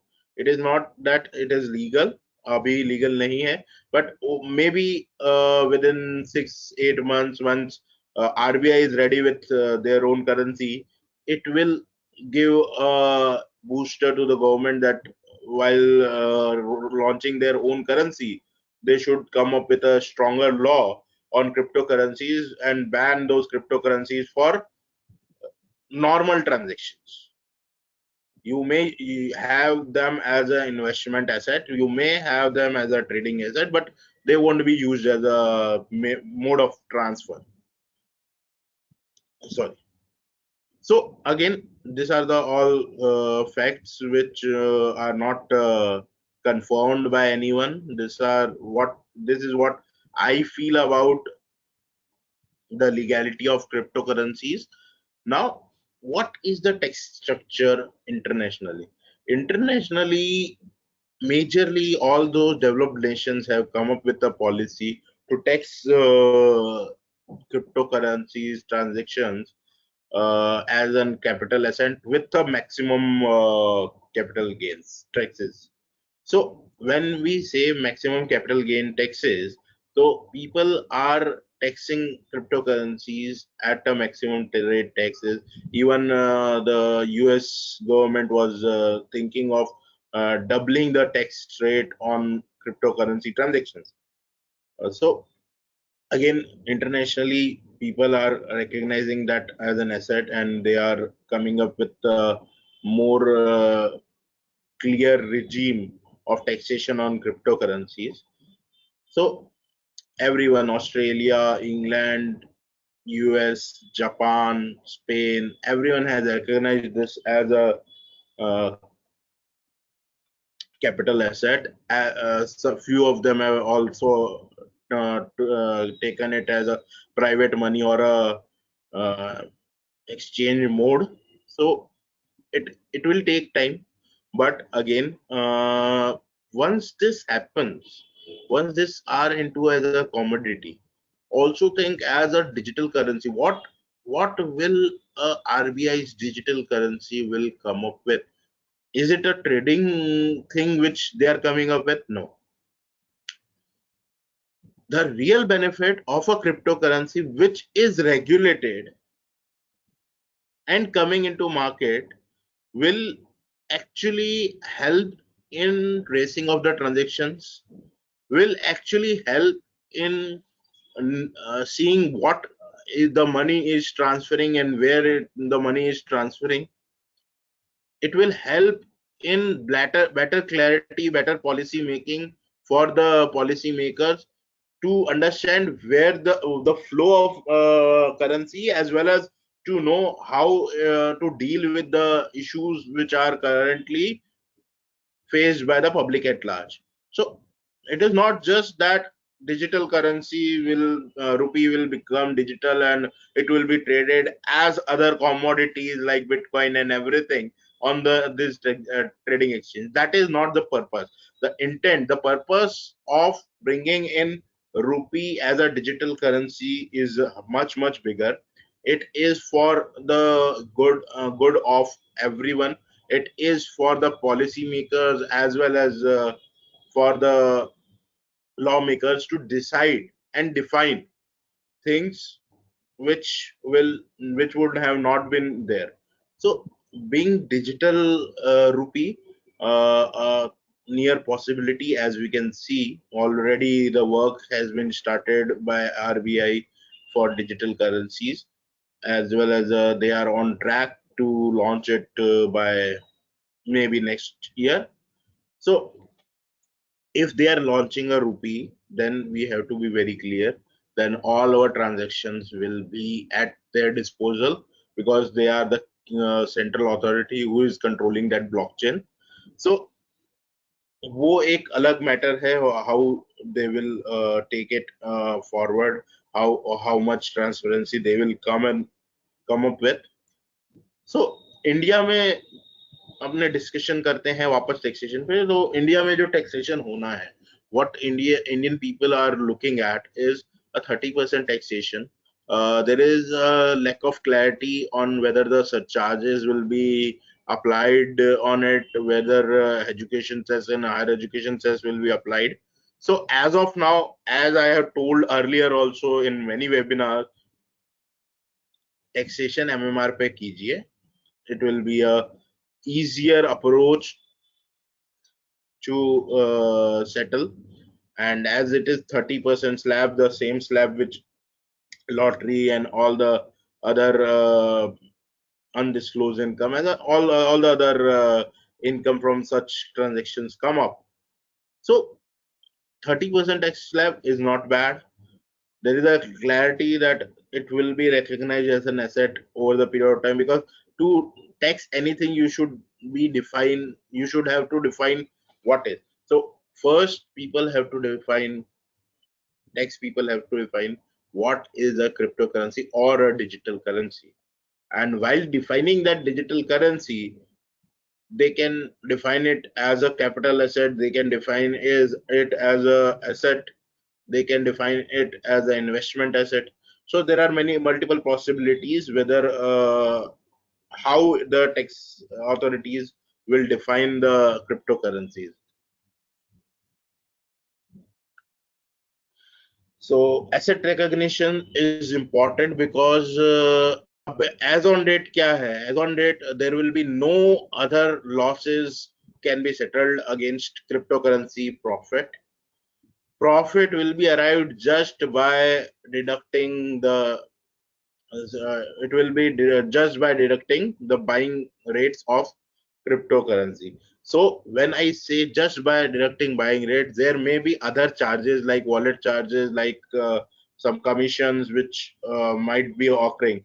So that has been taken off by the government. They have said no, we are not looking at it. Currently, we will tax the cryptocurrencies directly as if basis the seller if has sold it for $1,000 and bought it for around $500, then $500 straight away goes into the taxation, and there will be no loss, any other kind of loss which can be taken as a deduction. So now when we say that this cannot be taken as a deduction, many people are making this PMS kind of situation, VMS kind of things. So there will be huge disadvantage to those people, because while doing those PMSs, they are basically what they are doing is they are charging, they are getting some money on interest, or maybe on the basis of units. So these are all not regulated PMSs, but these are small PMSs run by individuals who invest in cryptocurrency. So say for example, there are 25 friends. Out of them, 25 out of the 25 friends, 20 wants to invest in some.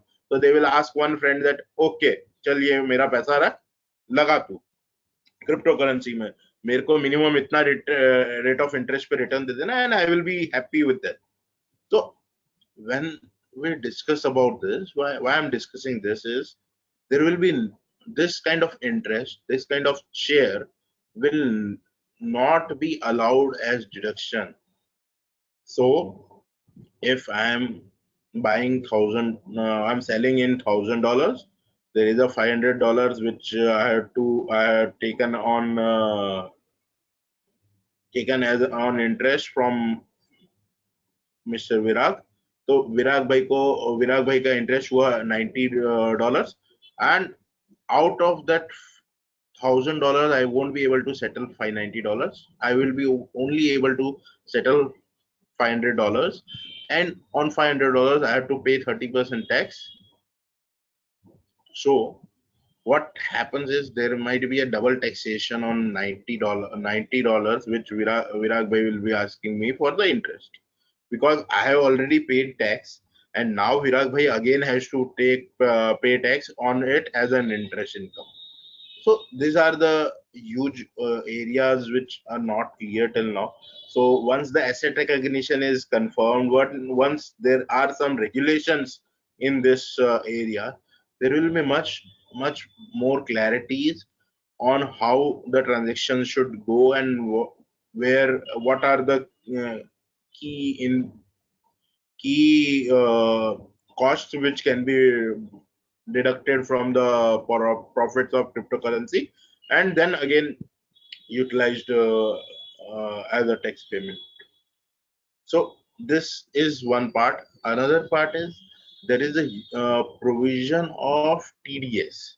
So जब हम TDS की बात करते हैं, there TDS of 1% is for people it is nothing, but people who are doing cryptocurrency transactions, 1% TDS is a huge part, because if you are buying a 30 lakh dollar, 30 lakh rupee Bitcoin, okay, then 30 lakh का 1% मतलब कि 30,000 rupees straight away goes as TDS for the seller. So when TDS, there is lack of clarity how this TDS will be adjusted for other tax payments. Can this TDS adjusted for if I am having a loss? Can this TDS adjusted from my other incomes, or can I get this TDS as a refund? So there is no clarity on that part. There is also no clarity whether this TDS will be done by the seller or the stock exchange or the buyer. See, the issue here is that there are people who are trading cryptocurrencies for 100 rupees or 1000 rupees. So when this small people who don't have 10 numbers, who don't have any kind of even their pen is just for the sake of having a pen. So here people will have issues to deal with the TDS provisions. It was far better if ministry may have clarified that this text TDS of 1% may be collected by the stock exchange and delivered to the government. So basically, what will have been a easier provision, because government also had to just track one person, one stock exchange to do that. It might be having a huge burden on that particular stock exchange of TDS, of getting TDS on all the transactions, but it was for just one person who has to be tracked by the government, as well as a one person who may be used for the whole thing. So now when we say these are the issues, we also need to understand TDS provisions are getting will be clarified sooner or later, and TDS will be homogeneously given on of 1% on the sales amount, maybe by the buyer, TDS may be deducted by the buyer, or maybe by the stock exchange, and there will be a limit. They already given the limit somewhere as 50,000 transaction above 50,000. So there may be a limit on the gains, or there may be a limit on the transaction value for which TDS has to be deducted. So that is one part. Sorry. Again, an important thing: tax head. किस head में TDS, किस head में इस income को show करना है, या किस हेड में this income will come in. So as of now, what has been clarified by the government, it looks like it is income from other source where they will be taxing it, and again, while taxing it in income from other source, they have straight away said there will no other expenses allowed against the same income, only in expense of buying will be allowed. So इन सब चीजों से ये देखा जा सकता है कि crypto currency mining may not be on the radar of government for taxation currently. They are much into that all the transactions where trading is happening of cryptocurrencies be first taxed, and then they may tax on the other approaches, and on the basis of that tax regime, it will define where they will be taxed under capital gains, they will be taxed under income from other source, they will be taxed under business income. So as of now, they are speculative in nature, and they have said that as they have mentioned a 30% tax, it looks like it will be under income from other sources. So I will say MMA पे हमने discussion किया है already. I would say that all the transactions will be taxed at MMA. This was my approach since the MMR, since the beginning. I was always keen that there will be MMR which will be applied for all the transactions.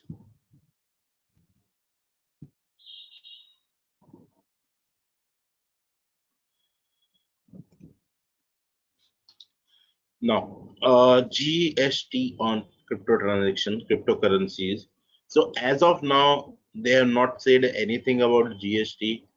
Previously, I have been discussing with you guys what are the approaches, what are the things which government department, the indirect tax department has asked the government to think of. So out of that, one thing which they have not gone through is taxation or GST on sale and purchase of crypto coins, currencies. So they have not taken that into effect, and it may be that there may be GST on cryptocurrency support services. So basically, advisories, stock exchange fees, wallet fees, and everything like those transactions may capture GST, but not on the transaction of trading of cryptocurrencies, buying and selling of cryptocurrencies. So that is one clarity which looks which we can look forward to. Again, GST on mining, GST on ICOs is a fact which is not known to us till now, as there is no communication by in the finance bill on the same. But I guess there will be a taxation on the services provided by the stock exchange, crypto stock exchange, as well as other support services on crypto. Way forward. So way forward, we can see that cryptocurrency transactions, as they have boomed, with the more clearer regime, more clearer thought process by the government, will enhance those transactions.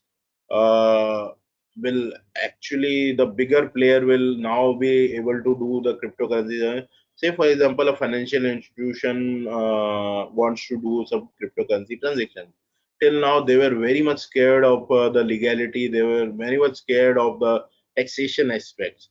So once the law is out, once the actual bill comes out, there will be huge participation by the institutional investors, the high net worth investors. So that will actually bring some kind of solidity to the whole network. Uh, the retail investors will also increase because of the clarity, and thus being clear about doing what you are doing, it will help in the longer run. So, as it can be seen, cryptocurrencies as a commodity will have a huge role to play in the next 10, 12 years in our economy.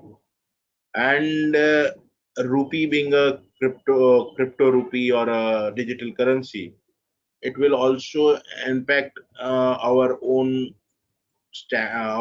this valuation of Indian rupee. So there is also a chance that we can have a better and fairer valuation what it was before in the fiat format.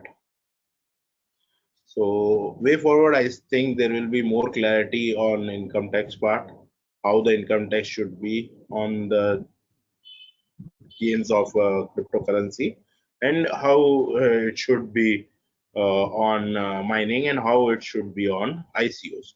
So this brings us a huge clarity. The small statement of 5 lines gives us a huge clarity on the whole legality as well as taxability of the cryptocurrencies are concerned. So that is it from my side. I will now ask for questions. If you have any questions, we can take up the questions.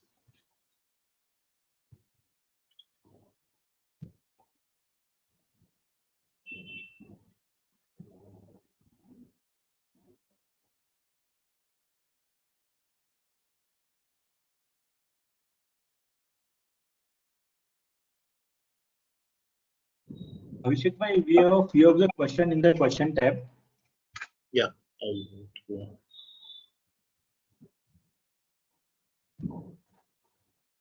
So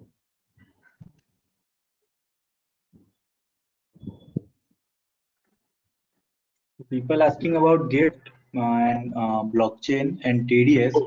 Also, one of the uh, question now is what I is have the case of I have not able to cover that gift part. I will cover that gift part first, and we'll go to the question answer session. Or even I can cover that gift in the question answer session. So, if you gift a cryptocurrency to any of your relative or any of your friend or anyone, so that gift will be taxed in the hands of the receiver. Say, for example, I have a relative in or I have a friend in US who is transferring 10 bitcoins to me. So for those 10 bitcoins, I have to pay tax in India. That has been clarified. So for doing that, before that, क्या होता था कि भाई anyone can pay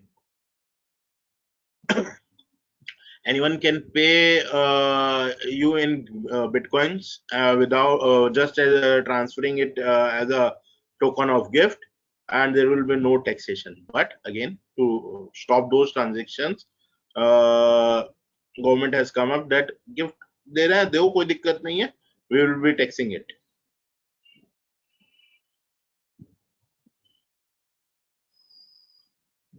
Okay, so we'll start with there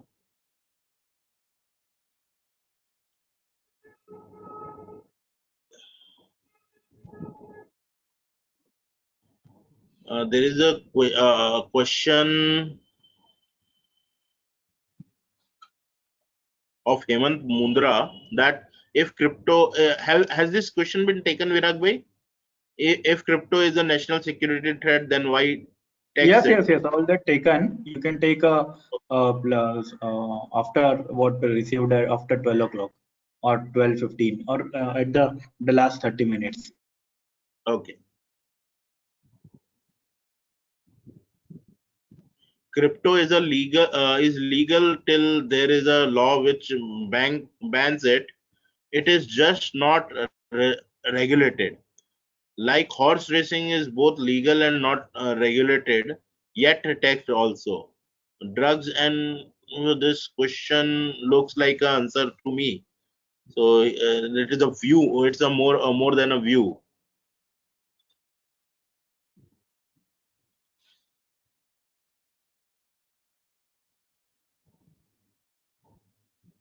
So Hemantji already has said that if horse racing lotteries have remained as legal, crypto will also be so.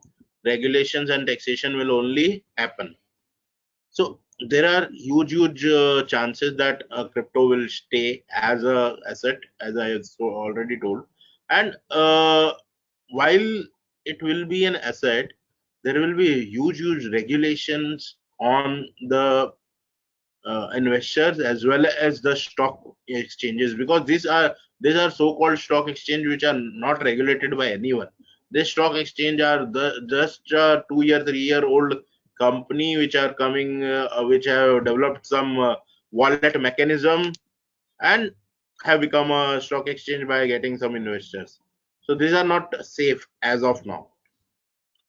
Asset or investment by Mahendra Shah. So it is not clarified as the classifications are concerned, is it a asset or as investment?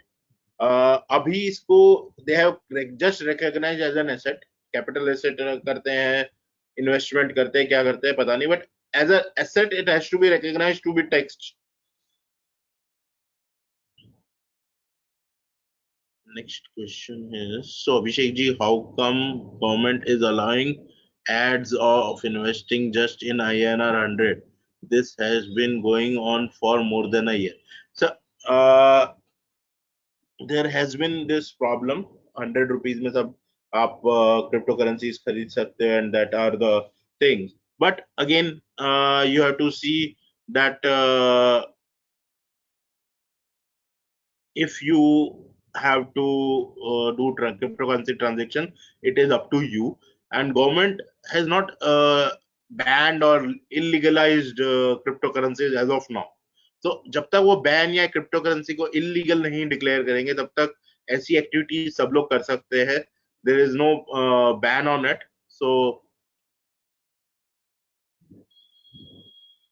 what about retrospective impact of taxation transaction of previous year?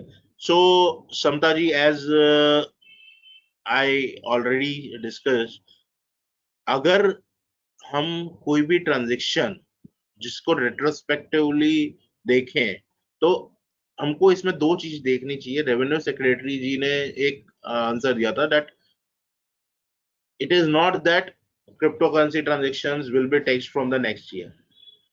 If you have got income, then it will be taxed. So, and this 2 years gap which has been said in the meeting or the budget speech, sorry. So वो 2 year gap भी शायद हमें इसीलिए मिलेगा कि हमारी जो अनटैक्स्ड income हो या जो अनएस्केप्ड इनकम हो, उसको हम टैक्स करें and we can make it legal income. So retrospectively, I guess 2 years already there have been notices from 2018-19 transactions. So on that also, as a advisor, we have already advised our clients to have maximum marginal tax, and retrospectively भी इनको tax किया जाएगा. 2018, 19, 20 के तो already transactions को tax कर चुके, काफी सारे नोटिसेस निकले हैं. Now there will be transaction taxes on 20 and 21 transactions. So उसके ऊपर नोटिसेस नहीं निकालने का हो सकता है एक रीजन ये भी रहा हो कि they are coming up with this 2 year revision thing, Vivad se विश्वास वाला पॉलिसी के अंदर. Again, next question.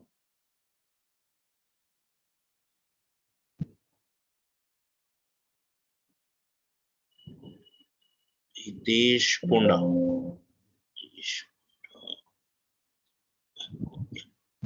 I have a question that currently on social media like Instagram and Facebook, many ads of cryptocurrencies trading on certain platforms like appearing. So if a person trade in such, any chance we will get a notice from FEMA and income tax in spite of having tax will get paid 22-23. See, as I said कि ये सिर्फ last year 22-23 के लिए नहीं है. This will come as a retrospective effect. There will be 2 years window which they will be giving and taxing it. 2018, 19, 20 की जितनी भी ट्रेडिंग एक्टिविटीज हुई हैं 19 तक की, वहां ऑलरेडी लोगों के पास नोटिसेस आई हैं. So on that front, there will be notices coming from the income tax department. As of now, if you have done transactions of not of sale and purchase, so ये platforms जितने भी हैं यहाँ पे cell और purchase के transactions होते हैं of crypto currency. But if you have taken some services और if you have transferred some money not for just for the purpose of value transfer, then this the FEMA may come in. If it is an international transaction, then FEMA may come in, and there may be notices from FEMA as well as ED. So that is the case. But if it is not an international transaction, it is just a sale purchase transaction, normal sale purchase transaction, what you do on stock exchange, then I don't think FEMA will be involved.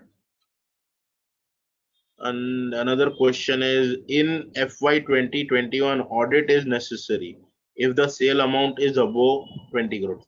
If we are speaking of cryptocurrencies, if the transactions in cryptocurrencies are above 20 crores, I don't think audits are compulsory, because here they have not classified it as a business asset or a speculative business.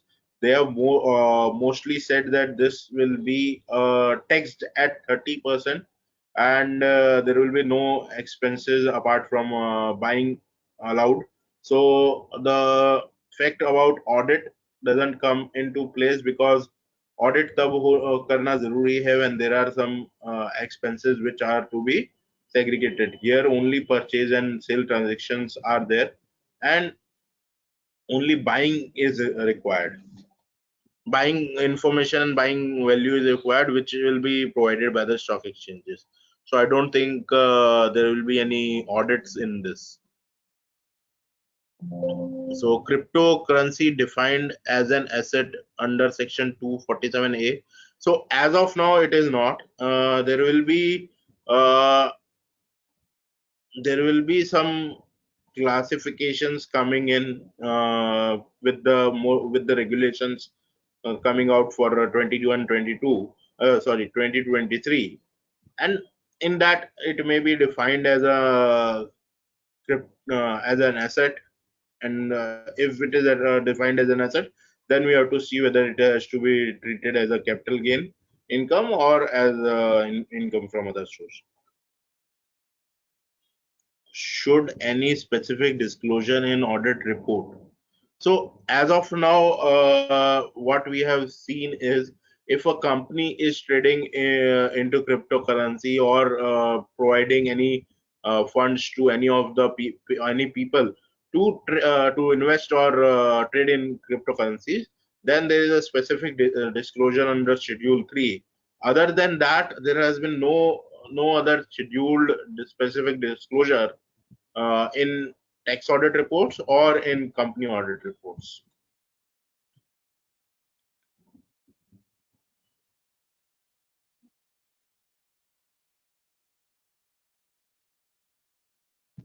See, professionals don't have any risk in audit. Uh, so the question is professional have any risk in audit of crypto? So professional won't be having any risk in audit of crypto, basically any risk, because audits as of now has not been required in the transactions of cryptocurrencies. If you do 1,000 crore capital share market transaction, audit is not compulsory. Only when it is a speculative nature transaction, then only audits are compulsory. Otherwise there is no audit compulsion. So as of now we can see it as an investment model, and for investing in anything or getting returns out of anything, you don't need to have audits. And already I have shared that audit is done to justify the expenses which have been booked. So here there is no expenses which are been booked. They will not be allowed as such. So uske upar audit karne ka koi sense, the intent is not there in the law. I want to know, when one individual buy crypto from another individual and not through an exchange, how TDS will be deducted. So cryptos can be bought by from one person to another only through an exchange as of now. And if you want to buy from one person to another without any exchange, then it can be an offline deal where you can transfer from your wallet to his wallet, but at the end of the day both wallet will be coming on any of the exchange. So that way, the wallet providers are the exchange.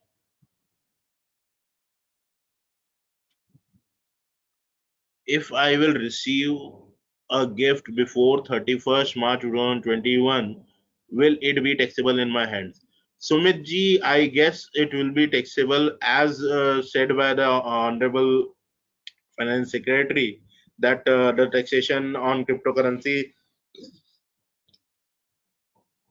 is not which will charge start from 20 to 23, but all the incomes which have arisen till now will be taxed. So again, as there is some clarity, I guess a gift will be taxed.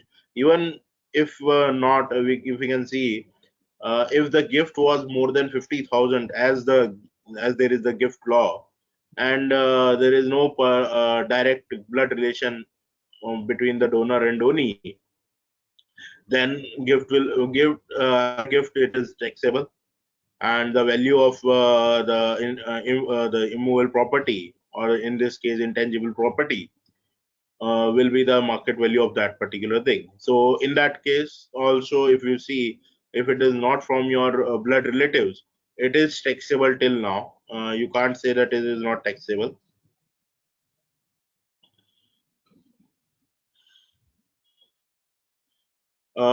Yes, Mukeshji, as of now, the head of income or head of taxation will be income from other sources, not capital gain. But once there is a there is a clarity on the whole provisions of cryptocurrencies, I guess it should go into capital gains. Um, it may be taxed at a higher percentage, but also in the capital gains, because as if we are saying this is an investment asset, this is not just betting or something. It is an investment which a person is doing. It may be a short term or a long term investment, and it should be taxed under capital gains. And the overall internationally also this has been taxed in capital gains. So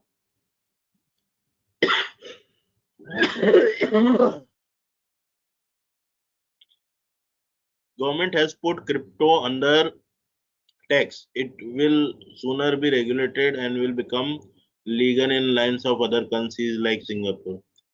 Kiriji, I guess it will be considered as an investment asset, or an asset, or a capital asset, whichever may be possible. But I don't think it will be considered as an legal tender as considered in Japan and few other countries. So maybe as Singapore considered it as an asset, they also considered it as a way of transfer private money. So private money not possible in India, but maybe asset is looks like a near reality.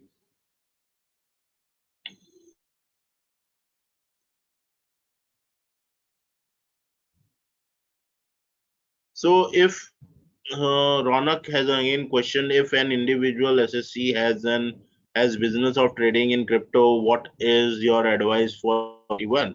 Should we claim expenditure of business or deduction? See, if you are into trading of cryptocurrencies, I will say the law is very clear. They have very clearly said only buying cost will be allowed, nothing else will be allowed.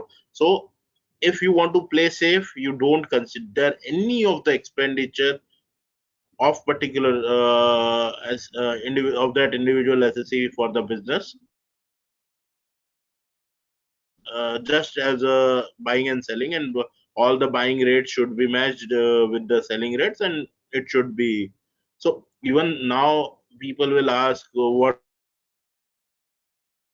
times, and I have sold 5 times, what kind of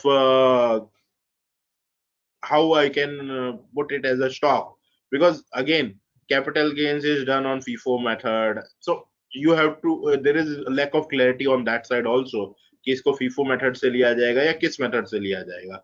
But as of now, being a layman, we should do it on a FIFO method, and keep things open, keep the client well informed that okay, we are doing it 30% plus whichever surcharges are leviable, and we should do that.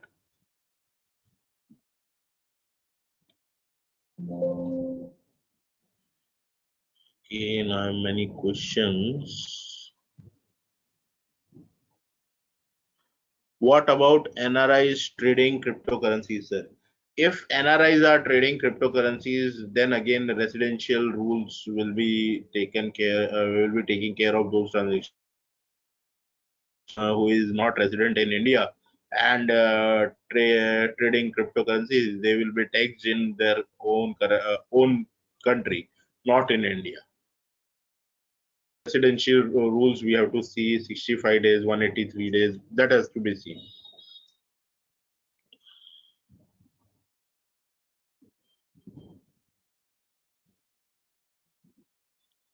Sometimes people have been trading, as we all know.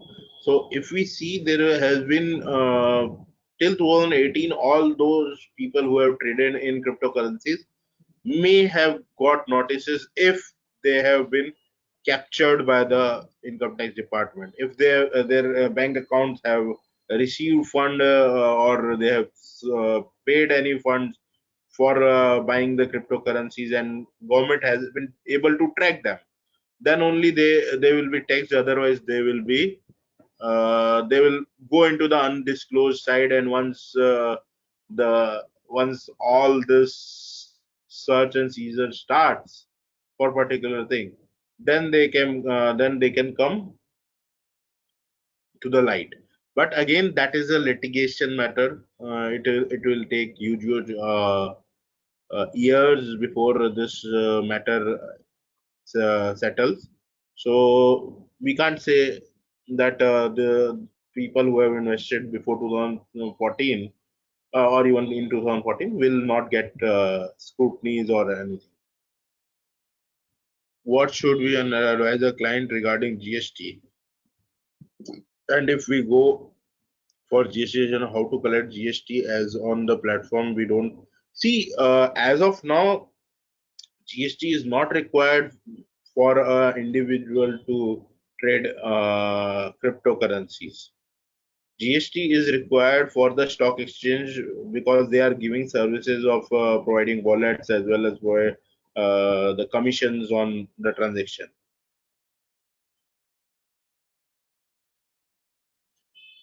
If wallet is say MetaMask located outside country, how they will deduct TDS?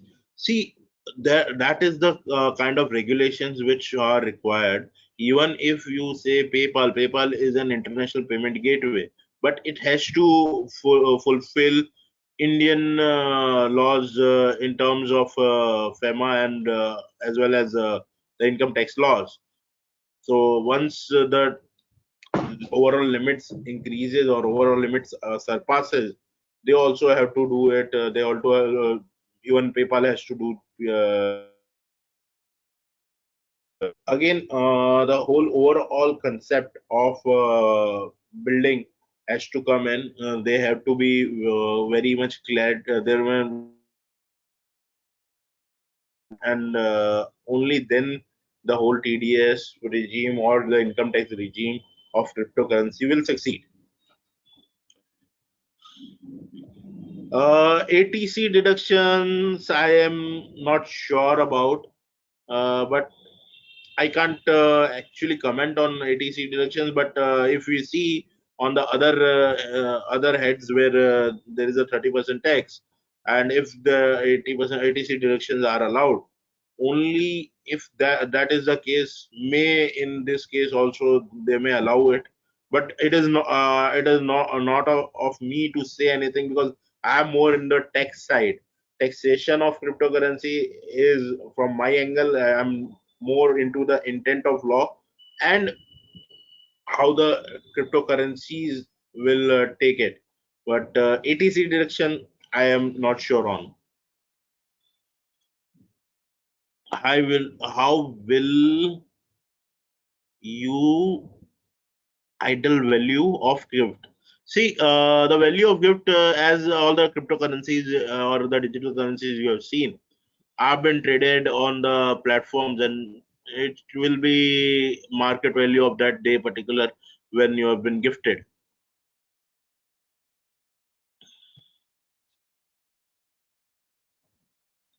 No, as of now, it is not defined as a capital asset under Section 214 of the IT Act.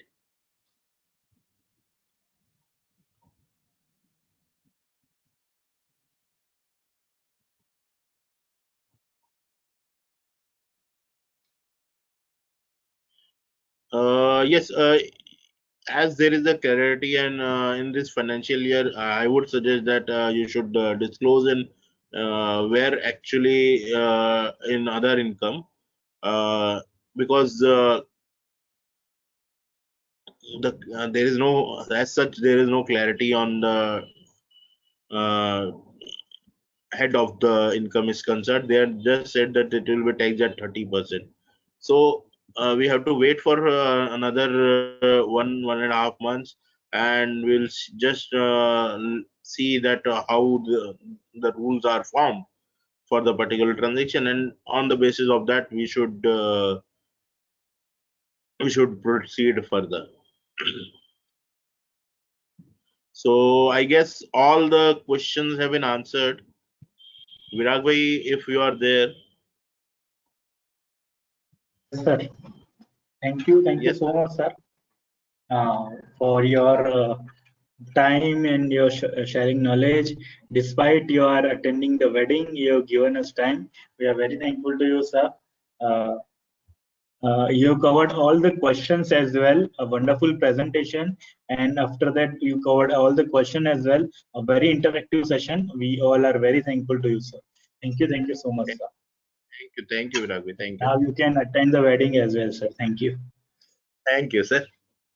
Thank you so much, all the attendees, for attending the session and making it as interactive session. Thank you so much, all the attendees across all the platforms. Thank you. Thank you. Thank you all.